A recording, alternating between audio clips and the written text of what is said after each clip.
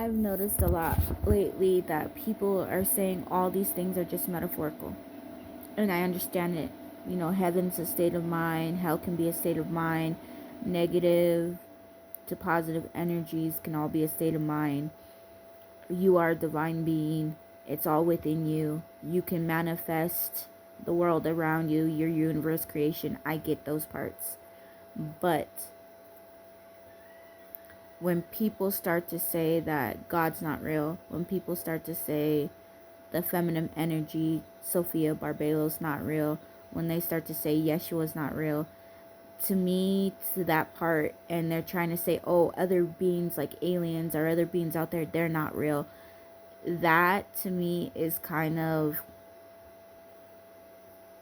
arrogant, because to think that we're the only divine beings in this universe, I think it's kind of like, come on now.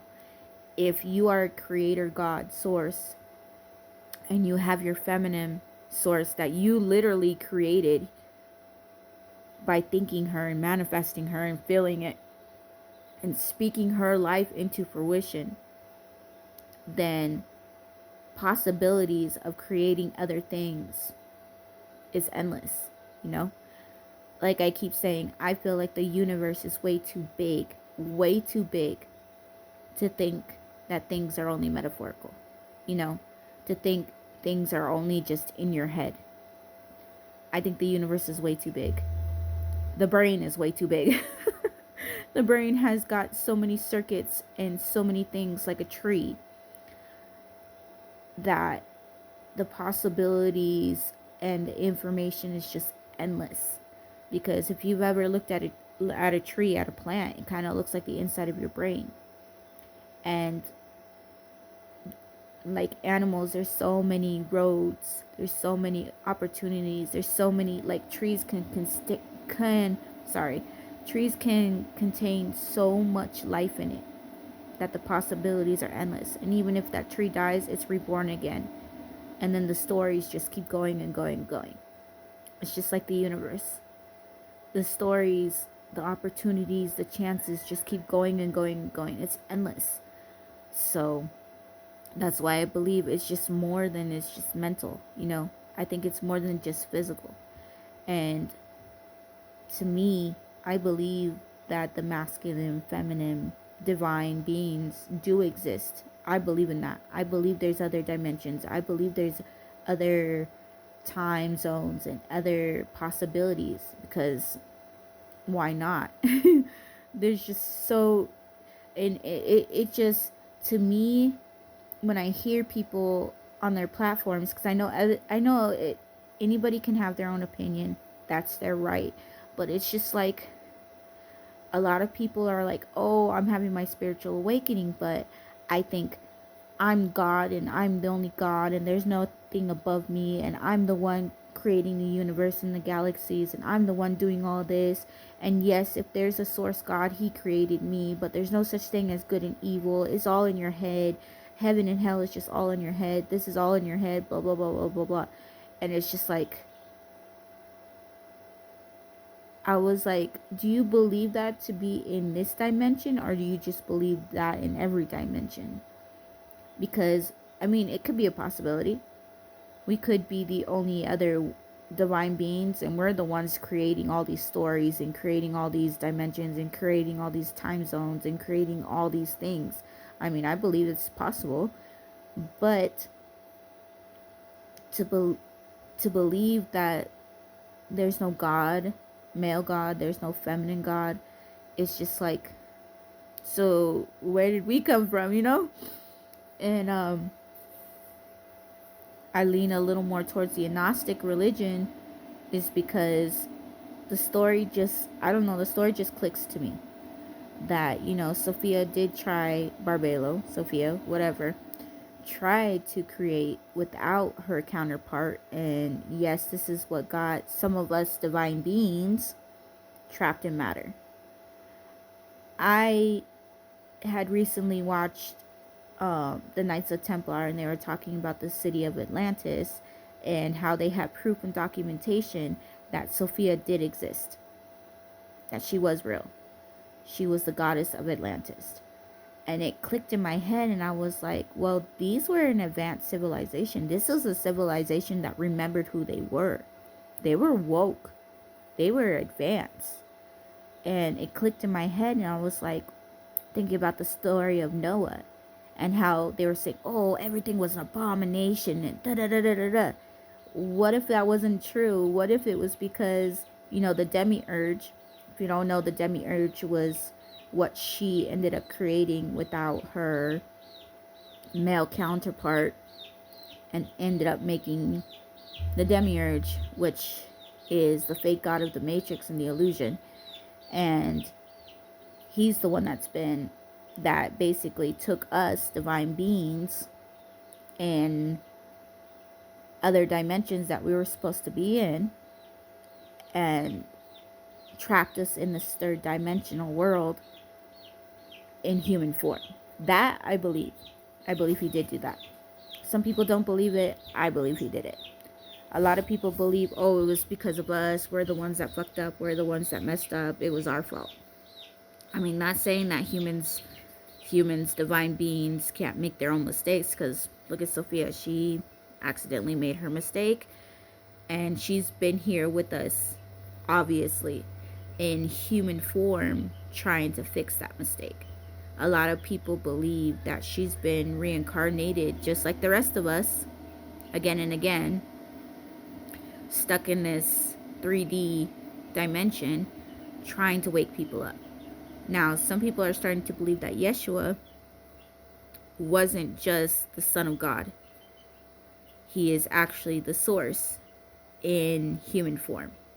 Because in one of the stories in the Gnostic religion, it says that Sophia cried out to her counterpart, the masculine energy, and he responded to help her. So the idea of God and the goddess being here this whole time with us is like a huge mind-blowing to think of, because if Sophia could trap herself, or get trapped supposedly, or she came down, some people say she got trapped in human matter because of what she did, and some people think that she came down here on purpose in human matter to fix the mistake that she made. So now it's like Yeshua could possibly be the divine source, our creator of our souls, our spirits, not of our physical body, could be here too. But they're not. They're trying to awaken us because only we can awaken ourselves. They're trying to spread the word. They're trying to wake us up, but nobody can help us unless we remember who we are.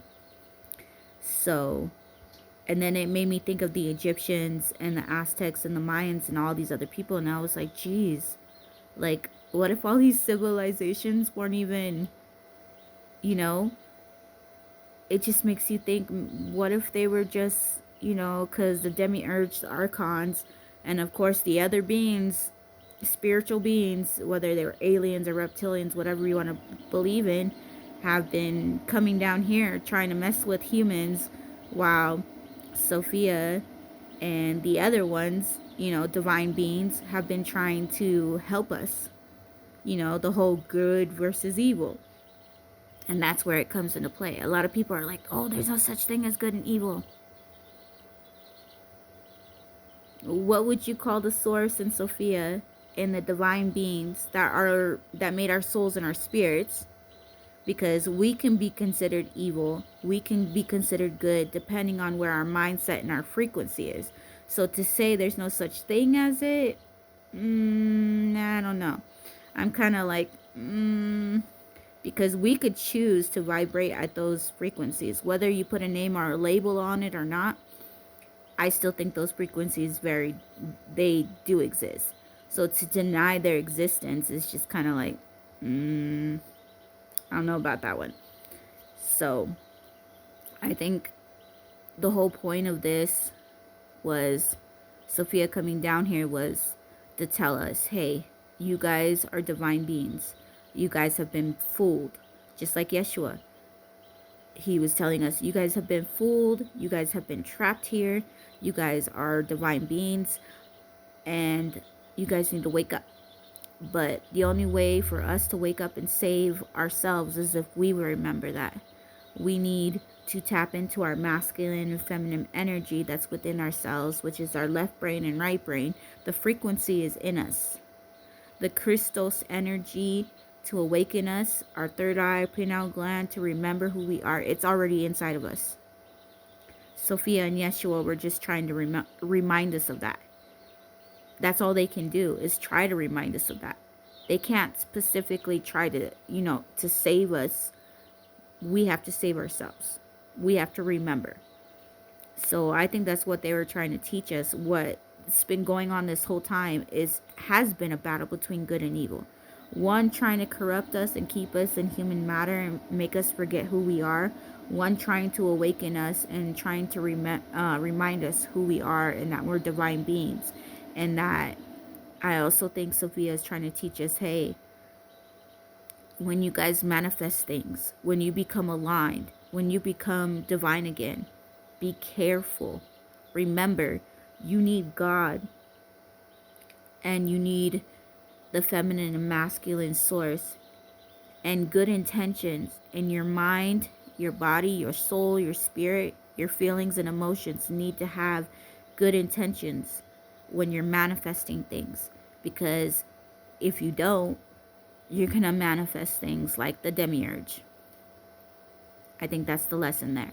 And I also think the lesson is, even though Sophia did what she did, Yeshua, the source, whatever you want to believe in, I believe he came down here to help her, even though she did what she did, out of unconditional love. I think he's been helping her this whole time. I think they've both been in human form this whole time, trying to save us, had many different names.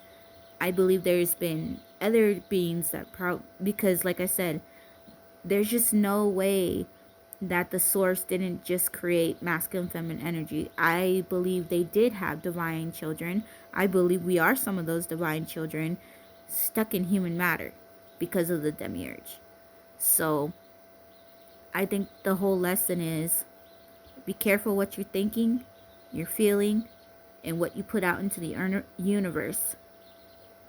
And remember you're divine. And remember, no matter what mistakes you make, to love yourself, to forgive yourself. And that love is unconditional. That's what I think the whole point of all this is to awaken people, remind them who they are, tell them to forgive themselves, vibrate at positive energy frequencies. Know that these negative low vibration energies cannot control you, that you have the power and control to choose what kind of life, to choose what kind of person, to choose love, to choose peace. I think that's all the lesson. And I think the biggest lesson is love, unconditional love, that a lot of us forget, is to love ourselves, love others, regardless of the mistakes that we make. Because if God can love Sophia unconditionally, regardless of what she did, and still be here to awaken everybody and be here for us. I mean, Sophia could have been like, I don't care, leave them. And God could have been like, oh, she messed up, she did what she did, she made a mistake, it's her problem. But they didn't. They've been unconditionally in love with all of us, that they've been here this whole time trying to help us, trying to awaken us.